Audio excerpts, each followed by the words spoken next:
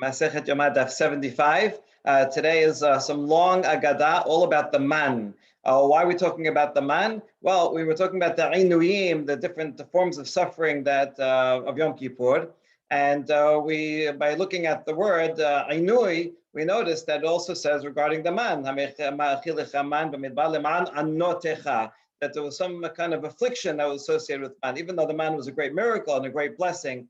Also, there was a negative aspect to it. So what was so suffering about getting food every day from heaven? So we saw two opinions. One is that you never know, is it going to fall tomorrow? You want to have some savings. You want to have something in the fridge that you know you have something to eat tomorrow. And so therefore, psychologically, there was some unrest. And the other opinion said it didn't look like anything, even though it tasted like whatever you want, and even the texture might be, but the presentation is also part of it. And therefore, that was one aspect of the suffering of it. Okay, so with that in mind, we mentioned other things that you should always eat, see what you're eating, and it's not tasty if you're not seeing. Now that we mentioned that, kind of not seeing, we're going to talk about the next pasuk from Mishle, which is about, in a way, being morally blind. So ki ten bakos ayno tahalech b'mesharim. This is so if you put your eye on a cup, meaning a cup of wine. The full pasuk says, don't look at wine when it's red, when it gives color in the cup. You know that there's wine in it, not just water. And then it says, it goes mesharim. They translate here, glides down smoothly. This is the danger of drinking too much. So there's two interpretations. It'll be ameh, it'll be aseh. We don't know which one said which, doesn't matter. Chadamar kol hanoten ano bechoso arayot kulan domot alav kemishor. First opinion is that someone who drinks, puts his eye in his cup literally, all incest becomes in his mind like mishor, like straight ground, like it's all permitted. In other words, it removes his inhibitions and it doesn't distinguish between permitted and not permitted. And so therefore that's one of the dangers of drinking. And the other, the other opinion says even more, the whole world looks like it's level ground. In other words, he takes whatever he wants. He doesn't distinguish between his property, other people's property. So those are two opinions, and that's the word mesharim, not just that the wine glides down smoothly, but rather it's like smooth field. You could just go and take whatever you want. Okay, since we're talking about the pasuk, another pasuk in Mishle that also is interpreted by the bi ameh and the bi aseh in two different ways. And this one says, "De'aga b'lev ish yashchena." Someone has a worry in their heart, they should yashchena. Translated here, they quash it. Okay, so what does this mean? So they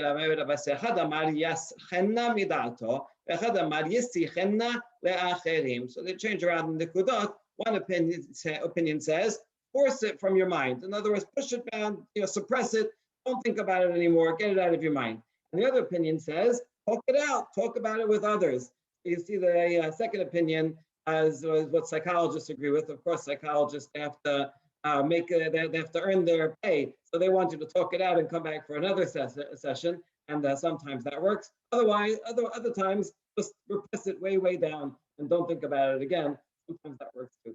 Okay, v'nachash afar lachmo. Another pasuk that has opposite interpretations by the same two sages. This is pasuk in Yeshaya that's talking about a snake, that a snake eats dust, reminding us of Bereshit also. So what does it mean that a snake eats dust? A snake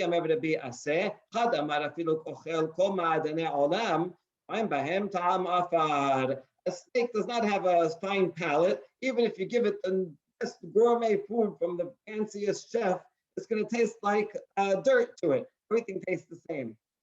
Maybe there's a reference to the way snakes actually don't eat dirt. But the way they eat like a mouse live, I'm imagining they're not savoring every bite, because it's all one bite. Okay, or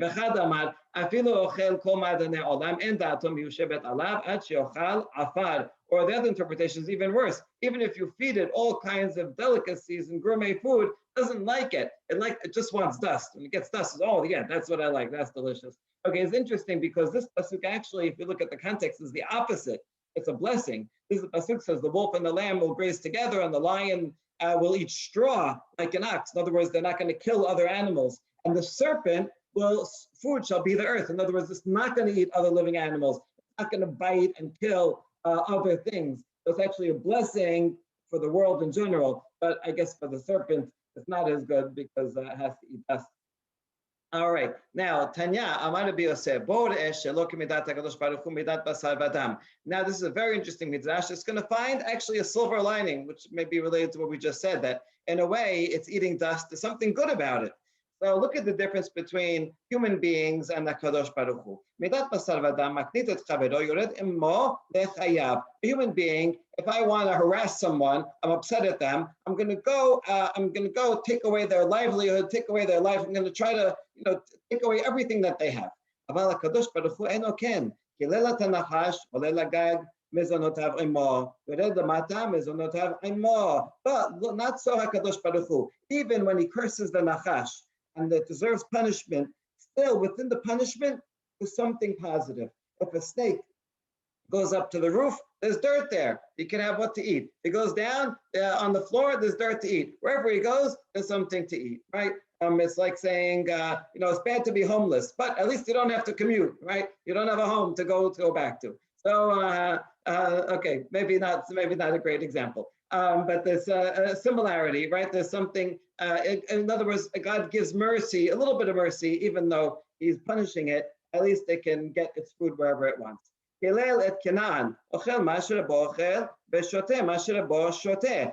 cursed Canaan and said, you're going to be Eved Avadim, you're going to be a slave. But even a slave, at least he eats the same food and drinks the same drink that his master eats and drinks. So there's some silver lining even to that kilala. Kilala ta'isha, akol rasin achareha. Kilala ta'adama, akol nizonin hemena. God cursed the woman and said, v'huyim shalbach, right? You're going to desire your husband and he's going to rule over you. And yet, okay, maybe that's true, but the husbands also desire their wives, and everybody's running after women. So you see, she's desired also, so there's a silver lining. The land is cursed, that it's going to be only with difficulty. They have to work the land hard, but nevertheless, it's good. The land has a good aspect. Everyone's dependent on the land for their food. Okay, so that's a nice lesson about even God's mercy, even when he's punishing. Now, back to the man. This is going to be now starting the long Agadah about it. Zachanu et hadaga asher nocha b'Misraim chinam. So as the people complain, this is the Numbers 11, this is the Salav story.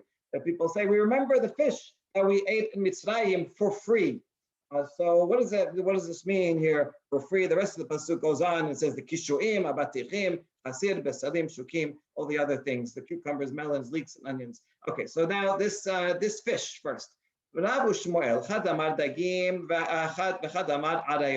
This fish, according to one opinion, it means literally they had fish in Egypt and now they're in the desert. There's no water. There's nowhere to fish, so they miss it. Other people, the other opinion, we don't know which one said which, says fish is a euphemism for forbidden relations that they had in Egypt, and now they can no longer have. In other words, when they were before Matan Torah, they were promiscuous in certain ways. After Matan Torah, now they weren't allowed to do these various adayot. This is they feel bad. Remember how we used to do that in Egypt.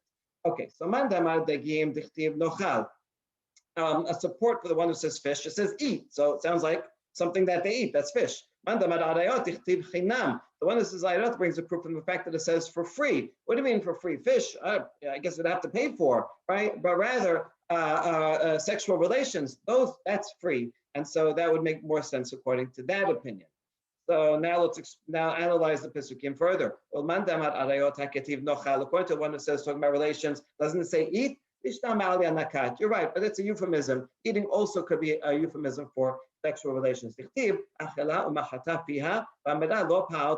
pasuk in Mishleh talks about a woman who eats and cleans her mouth, and she says, I didn't do any sin. And in the context there, it's clear, it's talking about prohibited sexual relations. So you see, eating can be used as a euphemism for that. Okay, fine. According to the one who says it's talking about actual fish, why does it say free? The answer is that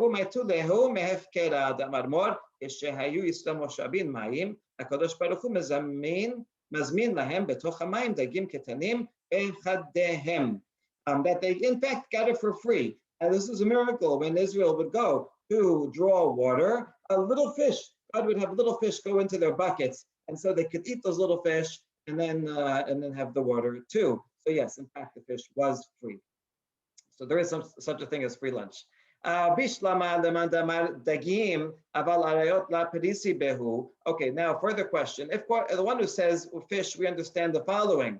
Anu dekatab gan na'ola choti chala. Shir Shirim says, my garden enclosed is my sister, the bride, locked fountain. This is a reference to the chastity of the women of Israel, right? That they do not sin in these prohibited relationships. So then it makes sense if they had fish back in Egypt and not prohibited relations, then this pasuk makes sense. Or the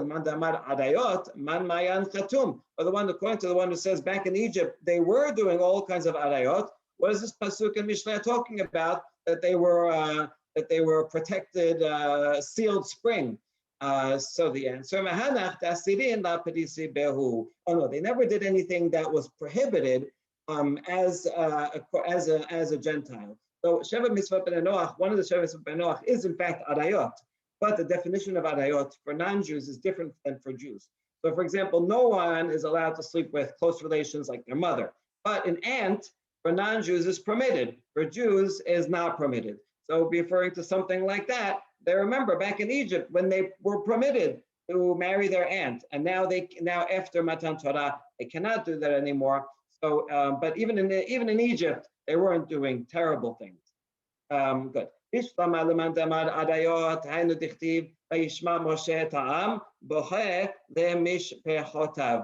so we understand the one who says that there was problems of sexual relations. That's why it says Moshe heard them crying with their families or for their families. Beforehand, they were allowed to their certain relationships, and now it's not allowed, so broke up their families, and so that makes sense. If they couldn't have fish anymore, why does it mean that they're crying with their families? What does fish have to do with families? And the answer is, it was actually both this and that. They used to have also those adayot, and they also, in fact, used to have fish. So that way we can explain both opinions. And that's, in fact, their complaint included both items. Good. Now, the rest of the pasuk goes on and mentions the cucumbers, kishuim, abatichim, and the melons that they used to have. Same two sages as we had before that give different interpretations. Their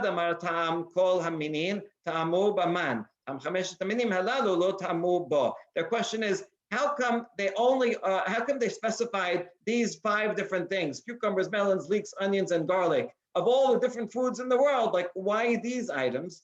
And his answer is that the man could taste like anything you wanted, except for these 5 things. It couldn't taste like these 5 things. It's like, the Star Trek replicator, you can make any food, it comes out, but these things it didn't make. The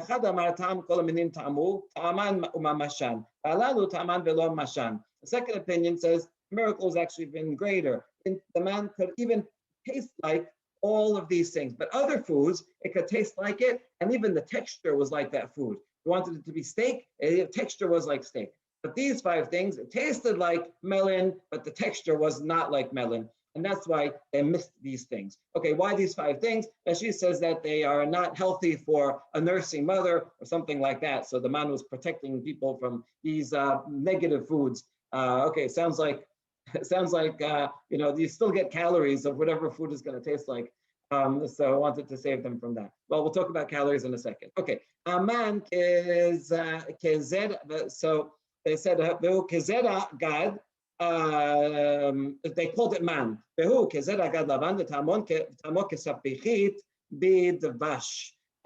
it was like zeragad, coriander seed, and it was lavan. It was white, and it tasted like sapichit bidvash, wafers and honey. Okay, kind of like bafilim, favorite food in Israel. I lived on that for a year when I was studying there. Amar Rabbi Aseh, agol kegida. So what does it mean it's like coriander seed? That it's round like coriander seeds. Avelavan kamad galit, but it's white like pearl. So even though it was round, it was not the shape. Here's coriander seeds right here. So it can't be really like them because they're brown, they're not white. So rather, the shape is like this, round, but they are in fact white.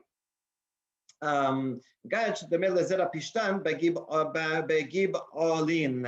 And furthermore, it says Gad because they are like flax seeds. This is flax seeds are also the same shape, round. So again, not in their color, but in their shape. אחרים אומרים, גד שדומה להגדה, שמושך את ליבו של אדם כמים. Gad is a reference to it's similar to agada, to stories like we're reading now, light subjects that draw a person like water. Everybody loves learning agada, and so too the man was delicious, and everybody wanted to eat it. קטנה אידך גד, שמגיד להם לישראל, היא בין 9 לראשון, היא בין 7 לאחרון. Others say Gad as lehagid, that it's a telltale sign. How could the man be used as a telltale sign? So if someone was, let's say a woman was married to one man and she gets divorced, and then 2 months later she gets married to a second man. Now really the halacha is she's supposed to wait 3 months, because in case she was pregnant beforehand, we'll be able to distinguish who the father is. But what if she didn't do that? And now a baby's born after 7 months from her second wedding. And so we're not sure, is it a 7-month-old baby from the second marriage, or is it a full-term 9-month baby from the first marriage? And we're not sure. They didn't have DNA testing then, but they did have man testing. How does man testing work? Well, the man, no matter how much you take, you gather, when you bring it home, there's only going to be 1 omer per household member. You have 5 kids, you have 5 things, plus the parents, you'll have 7. So, so each of those fathers will go out, collect the whole bunch, and bring it home. Whoever has 1 extra, you'll know that's the baby, that's the father of the baby. And so that's how you could use the man to tell who the father is. Okay, very interesting. They assumed it can't be an 8-month-old baby because medical knowledge based on Aristotle said that an 8-month-old baby cannot survive, but a 7th-month-old can. Now, this really doesn't make sense. They did not have technology. Even today, it's not easy to do that. In fact, it seemed like it happened sometimes that people jumped the gun a little, and then when she realized she's pregnant, then they went and got married. And so sometimes you had a 7-month-old baby. So they said, oh yeah, 7-month-old baby. Apparently it happened often enough that it became a medical term, but 7 months would make sense. 8 months, actually the woman doesn't know that she's pregnant yet, so it wouldn't after 2 months, so it wouldn't happen. So anyway, that was the medical knowledge. And so the man could help determine who the father is.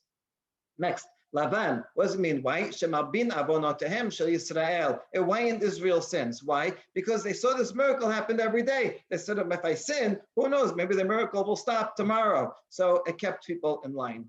Tanya, Rabbi Yosef Omer, כשם שהנביא היה מגיד להם ישראל, מה שבאחורין ומה שבסדקין, כך המן מגיד להם ישראל, מה שבאחורין ומה שבסדקין. It's just like the prophets would tell the people of Israel what's in the holes in the cracks. Doesn't mean where, I lost my keys, although sometimes Nevi'im would help if you lost a sheep. But here the reference is to the small sins that are hidden in our minds, that the Nevi'im would come and give rebuke. This phrase, by the way, is also regarding looking for chametz, right? Look for chametz in all the cracks and the holes, which I think shows that the act of searching for chametz is supposed to be also symbolic of searching our own minds and souls for chametz, like things like haughtiness. Okay, but we talked about that in Pesachim. Anyway, just like the prophets rebuke people to examine their ways, so too the man does the same thing. Also, Kesad, Shenayim שבאו לפני משה לדין, לזה אומר עבדי גנבת, זה אומר אתה מכרתו לי. So 2 people come, and there's something that happened in hidden. In other words, we don't know, there's a thief. We don't know if a person actually stole or not. But one of them says, this person is my slave, and you stole him. The other person says, no, you sold him to me. And so we don't know what actually happened. So what did Moshe do? Amar lehem Moshe, laboker mishpat. Wait till tomorrow and we'll see. How will we see? למחר אם נמצא אומרו בבית רבו ראשון, וידוע שזה גנבו. אם נמצא אומרו בבית רבו שני, ידוע שזה מכרו לו. Right, when the household the man of the household owner goes out and collects man, it's not only for him and his children, also for the people that his slaves, his servants. So depending on how many servants he owns, that he'll bring the man home, and there will be that many omarim. So if it belongs to the original owner, and he comes home and he has an extra omed, so obviously that servant belongs to him. But if it's the second guy, the one who claims that he bought it, and he gets the omed, then obviously it's his. So that's another way that you can tell hidden matters from this. Interestingly, the Rishonim ask a question that a judge is not allowed to rely on miracles, right? A judge has to follow evidence. You need witnesses, who saw it, what's going on. You can't just go by miracles. Okay, so even when you have miracles, doesn't necessarily actually help. So they give different answers. Anyway, and so to a man and wife who come and have an argument, and someone did something wrong in the marriage, and they're arguing who did something wrong. See, if the woman does something wrong, then she loses her right to the ketubah. If the man does something wrong, then he has to still pay the ketubah. And that's what they're arguing about. The man says, she did something wrong, so I'm going to divorce her and I don't have to pay her ketubah. No, he's the one that did something wrong. So, this phrase is based on the pasuk. Come in the morning and we'll see who's right. If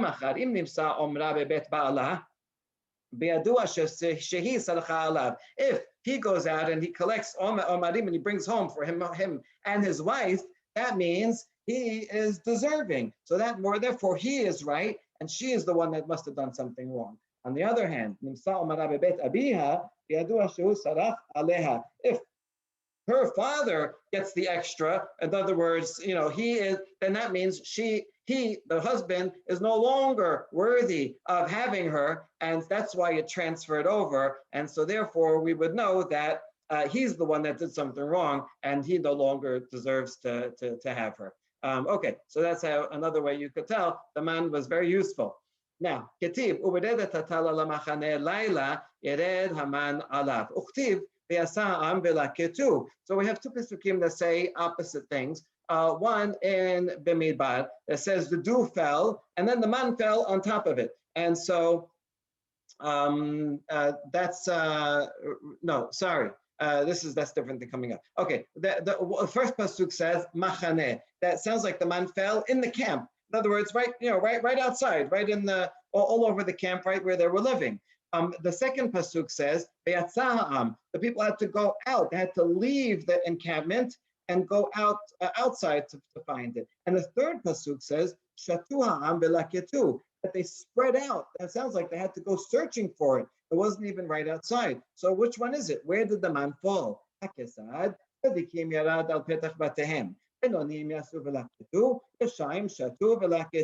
it depends on who you're talking about. For Sadiqim, it was like prime delivery. It went right to their doorstep. Right, leave on the porch, open the door, it was right there. For Benoni, medium people, they had to go out. They had to go to the Amazon locker, right on the way from work, and they picked it up. The Sha'im, they had to go all the way to the mall, actually go to a store and buy it. They had to leave the encampment and go search for it. And so that reconciles all three pesukim. Next. How did it come down? One pasuk says lechem. It sounds like it came down all baked, ready to go, right? Ready to eat. And the second pasuk says, if you look, that sounds like they had to cook it, right? It came down as raw dough, and they had to cook it. And the third pasuk says tahanu, actually had to mill it. That's even more work. It came as just raw material that they had to prepare. So which one is it? Akesad, Sadiqim, Lechem. For the Sadiqim, it was like Uber Eats. It came, right? Just open it, ready to eat. Enonim, Ogot. But for medium people, it was like, the frozen sambusak. You have to bake it. You don't have to make it, you still have to bake it. The Sha'im, for the evil people, they just get raw ingredients and they had to go and do everything themselves. Good. Then the next part of the pasuk says, put it in a mortar. Now, I understand if it's something like grain, so then that you use a mill, but a mortar, that's used for spices. It doesn't say both of them Why would you use a mortar and pestle?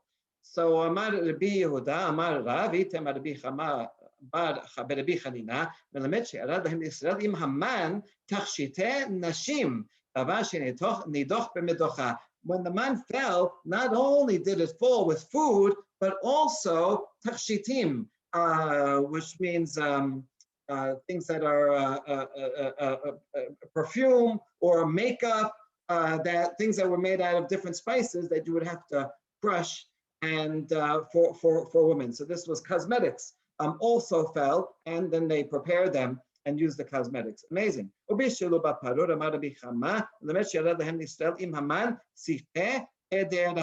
And another opinion says that cooking spices fell from them. Right? If they're going to cook it, how are they going to cook it? They want it to taste good, so they got salt, pepper, allspice, cumin, everything fell down, and that's why it says mortar and pestle. Obviously, it's referring to the other things that we would use for mortar and pestle. Okay, maybe not obviously, but that's what they learned. Okay, great. Okay, question. This pasuk is not about the man. This is about all the things when Moshe was building the Mishkan. Everybody came and brought the raw materials, and they kept bringing more and more. And it says they brought it morning. What do you mean? Did they only bring it in the morning? Like, what if I maybe made the donation in the afternoon?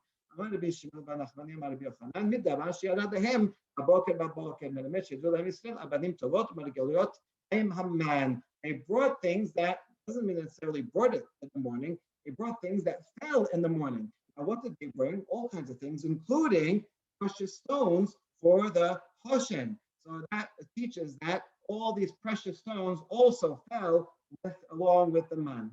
Everything that they needed came. Then Nisti'im Habiu et Abnei Hashoham. Okay, also regarding the Mishkan, it says that the Nesiim, literally that means the presidents, right? The heads of the Shevatim, they brought these special stones. Ana Nesiim Mamash, Nesiim V'roach Begeshem Ayin. And the Midrash interprets Nesiim not as the rulers, but rather clouds. And we see that can mean clouds in Pasuk Mishleh, like clouds and wind without rain. So too is someone that boasts of a false gift, so on. So Nisi'im Mamash. This is very interesting because usually the word Mamash in the Midrash means the literal interpretation, and not the figurative one. And here they're using Mamash to say not rulers, but rather clouds. That these things, these precious stones also fell down from the clouds.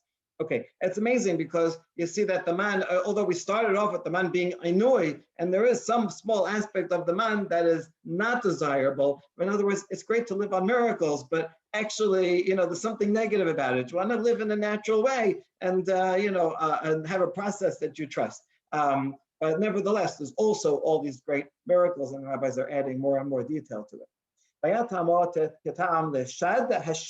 the taste was like leshad hashamen, like cake with oily cakes. Amar Rabbi Abu, mashad ze tinok to'im ba kama ta'amim, af haman kol zaman she'yisrael ochlin oto mosi'in bo kama ta'amim. So we're saying leshad, which means a cake, but it could also has the word leshad, shad meaning a woman, referring to a woman breastfeeding. So just like a baby tastes all kinds of different tastes, so to the man tastes a different taste. This is in fact scientifically true. Depending on what the mother eats, breast milk can have different tastes. There's another study that shows when there's germs in the air and the mother creates antibodies, her own body makes antibodies, those antibodies go into the breast milk so that the infant who doesn't yet have a full immune system actually benefits depending on what germs happen to be around in that room where the mother is. So this is true.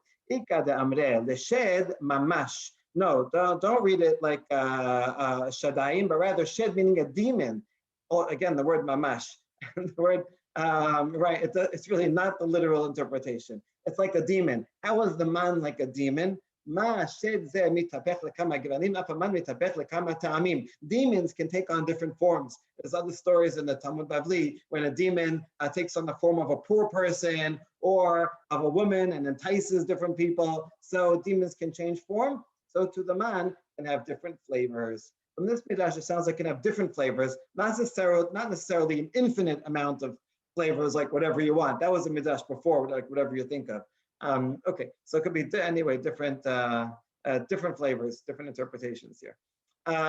ויאמר משה בתת אדוני לכם בערב בשר לאכול ולחם בבוקר לשבוע. So in Shemot, where it describes the man, Moshe says, I'm going to give you in the evening meat to eat, and in the morning bread that will be filling.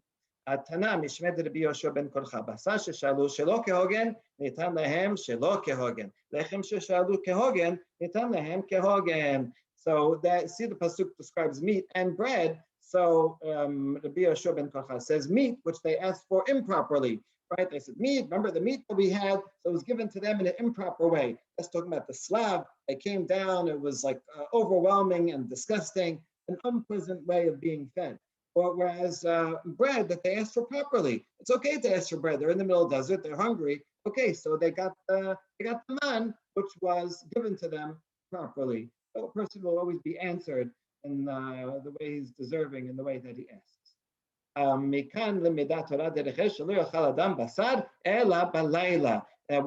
thing that we learn from this pasuk is that you should not eat meat except at night. How do you know that? Because Moshe said, listen, you're going to have meat at night and bread during the day. Now, because they asked him properly, the meat was given to them in an improper way. But leaving that aside, he's giving them a general menu. You should eat meat at night and bread in the morning. Amar Abaye, hold on, is that true? Abaye said, we mentioned at the end of yesterday's daf, when a person eats, he should only eat during the day because you want to see what you're eating. So why is he saying it's good to eat it at night? The answer is, we don't mean literally during the day, but rather like day. So you can eat like twilight, you could still see, or it could be at night, but you have candles. You should be able to, his point was you should be able to see what you're eating. The point here is that for dinner, it's good to eat meat. Okay, and not for breakfast.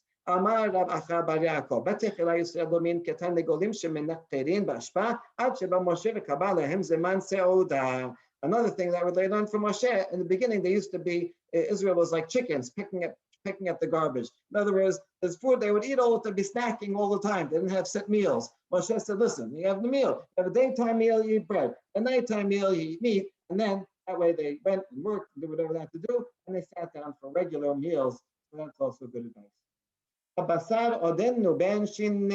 Okay, further in the pasuk about the quail says that the meat was still between their teeth. On the other hand, another pasuk says that it was up to a month. Now the first pasuk says the meat was still between their teeth and they got punishment and they died. That sounds like they died right away. But the other pasuk says they're going to get it for a month. That means they didn't die right away. So which one is it?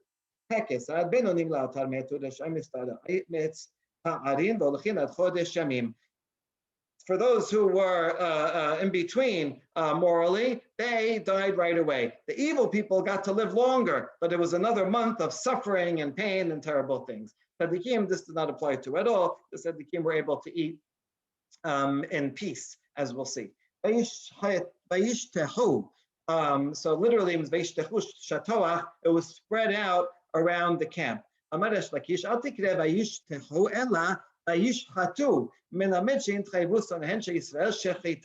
This is cute. By switching around the letters, we read instead of spread out, it means slaughter. This teaches that the enemies of Israel, a euphemism for Israel themselves, they were liable to shechita, of slaughter. Shatoach, the other word that means spread out. Again, switch around the letters, and it means slaughtered. And this teaches that besides the man, something else came down, meaning birds, that require shechita. So good, we learned that birds came down and that birds require shechita. Hold on, Rabbi says, are you learning that birds need shechita from here? We already have it from a different pasuk. Look around them. The actual pasuk doesn't say hayam like in printed editions, but rather yamim of kanaf. So God had rained meat on them. She'er. She'er means is another word for flesh. On them like dust. It was so much. It was like dust. Pasuk in Tehillim. And birds, winged birds, like the sands of the sea. So you see from here that we know that the birds came down. And we further know that birds require shechita. How do we know that? And the Tanya, the B Omer, this is the same to B, right? As just here. V'zabachta kasher sivita. Pasuk in Devarim says you should slaughter animals like I told you. And Devarim says it, like I told you. Now, what do you mean, like I told you? Where else does it say another pasuk about slaughtering meat? And well, whatever. Won't get into this. Anyway, this means, like I told you, means Hashem already taught Moshe that you have to do shechita regarding animals with most of the esophagus and the windpipe. Really, you have to cut all of them, but with the abad, you cut most of those two pipes. That's for animals. For a bird, you have to just cut one of them, most of one of either of the pipes. And most of the two for animals. So you see from this pasuk and the derasha, the oral law that's associated with it, we know that you have to do shechita on birds. So what are you telling me that we're learning this from here, the pasuk in Selach?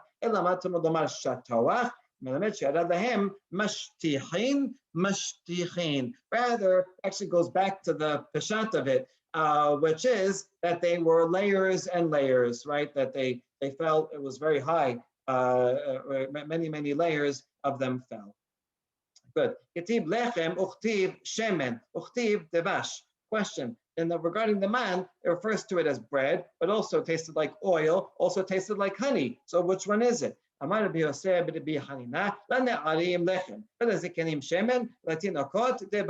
old people, it tasted like bread. Like, old people like, the things that are not sweet. No, so that's for regular people. Lechem was bread. For old people, shemen, they like oil apparently. And for children, it tasted like honey, right? Kids like sugar cereals, and the adults like shredded wheat. Good. So this is yet another version of the different flavors, right? Not anything you wanted, anything you thought of, but rather depending, it was age appropriate food. Ketiv on the kids menu, right? Ketiv selav. Ketiv shelav, karinan selav. It's written with a sheen, and sheen without nikudot is just a sheen. But we read it with a s sound, selav. אמר רבי חנינא, צדיקים אוכלים אותו בשלווה, לאכולים אותו ודומה להן כסילבין. So the sheen refers to when righteous people would eat it, it would be b'shalva. They ate it and they had a nice meal. It was fantastic. You see from before, right? The tzaddikim, they enjoyed the silab and it was a good meal and fine. For the sha'im, it was like thorns. That's why it was painful and terrible for them.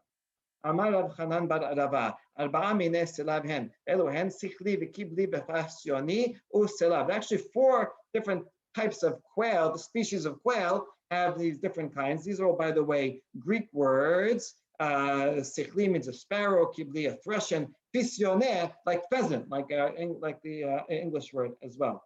So actually 4 different kinds. And the best of them is sichli. Selav is the worst. So in other words, for this punishment, Hashem sent the worst, lowest quality type of bird. It's very small, like a small bird. And when you put it in the oven, it's so fatty that it fills the whole oven. It's like disgusting. And if you put it on bread, the bread will become all soggy full of fat. Even if you put on 13 loaves of bread, the bottom one will still be to have too much fat on it that you have to eat it with other food. So really nobody would eat the slav willingly. It was a disgusting type of bird. Now, even though we just said just terrible things about it, it was also considered a good thing, I guess, for tzaddikim. And so even in later generations, miraculously, these rabbis would get quail. And Rav Yehuda found them among the barrels of wine. There was always quail there. And so he could enjoy it. Rav Chisda found them with the wood. in the wood room. Rava, his sharecropper, every day would find some quail in the field. This is very cool that this miracle continued, right, to 2,000 years later. And he brought it every day. One day the sharecropper said, there's no more quail. So what's going on? I went up to the roof and he heard some child say the following pasuk from Habakkuk. This is called bibliomancy. When you tell a child, say a pasuk, what are you learning? And whatever it is, it's often relevant to what's going on. So the pasuk says, I heard something and my innards trembled. So it means there's some bad news, and that's why he has no more quail for his stomach. So Amar Shema Mina Nachnav Shed Rab Chisda Ubedil Rabba Achel Talmida.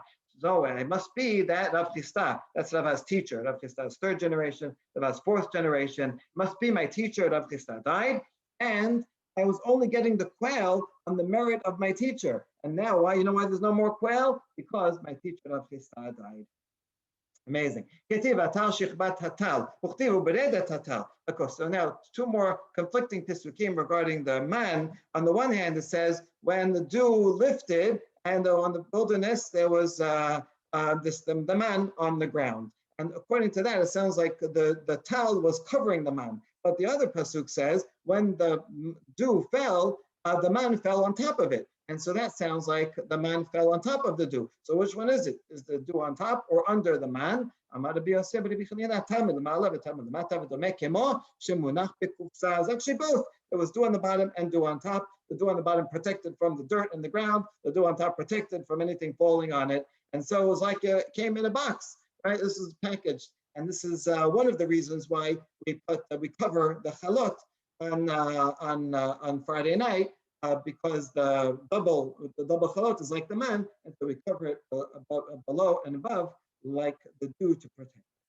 Dak mechuspas, it was fine and flaky. Amar Shakish, nimoach al pisat hayad. We're deriving it from pas. Pas means palm, and mach means dissolves. So it was so soft that you just hold it and it melts in your hand and in your mouth. Rabbi Yochanan Amar, דבר שנבלע ב-248 איברים, that the gematria of mechuspas is 248, and when you eat it, it goes into all limbs of your body, and there's no leftover. You don't have to go to the bathroom. Right? It's just like it's a perfect food. Mechuspas zero calories. Mechuspas tu bahave. Hold on, mechuspas is too much. It adds up to 256. No, it's written chaser without a vav, so it is in fact 248. You see that they had different spellings. They weren't always baki and malay and chaser, so they had to go check the correct manuscript. They found there's no vav. Lechem abirim achal ish en tehillim, referring to the man. It calls it breakfast of champions, right? The bread of mighty people. What does this mean? Akiba says it's referring to angels. The angels eat this bread. This is very strange because everybody knows angels don't eat anything.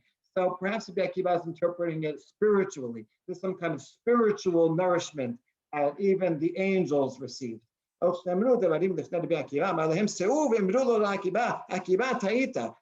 that to the Ishmael, and they said, go tell Akiba back that he's wrong. What do they eat? Moshe says when he went up to heaven, he was like an angel and he didn't eat or drink. So angels don't eat and drink. Rather,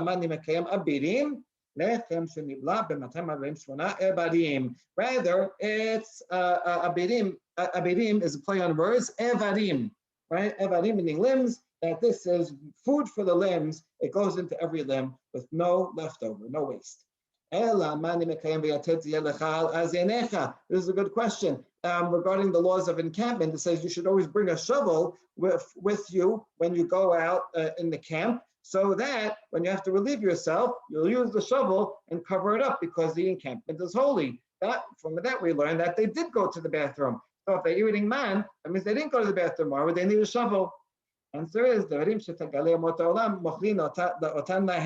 right, they didn't need to go to the bathroom from the man, but sometimes they would see, carts selling hot dogs, pretzels. They would buy things from other people other Gentiles that they met in the desert, and when they ate that did cause them to go to the bathroom. So they needed the shovels for the other non-man items that they ate. רבי אלעזר בן פרתה אומר, אף דברים שתגרי אומות העולם אוכלים להן, man מפיגן. This is not only that, when you eat man, it even takes the other food that you buy, the regular food, and it makes it 0 calorie, and you don't have to go to the bathroom. So what did they need the shovels for?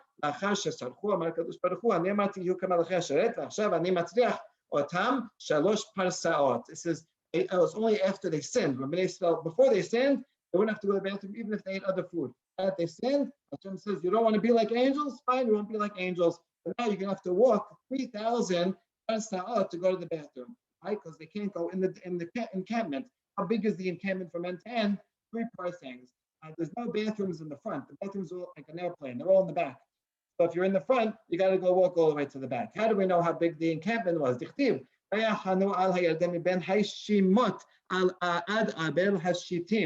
So the encampment was by the Jordan from this place to Abed Shittim. I went there and I saw a place and I measured 3 parsecs. And when they go, they can't go in front or on the side. They might be traveling. That one's going to go. The bathrooms are always in the back. So you see that they had to walk outside. By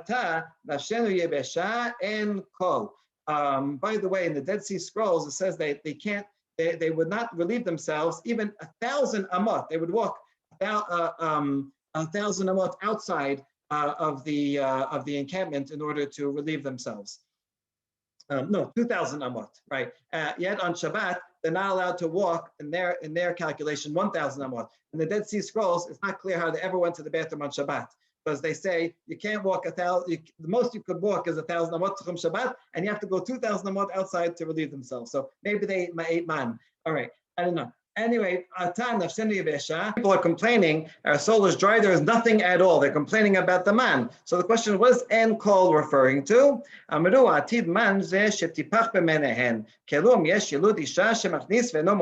The people noticed that they weren't going to the bathroom and they were bothered by it. They said, can it be that a person, a human being, ingests food and doesn't have any waste? You know what's going to happen? We keep eating and eating. We're going to explode from this. So they were complaining. They didn't like that it was 0 calorie food.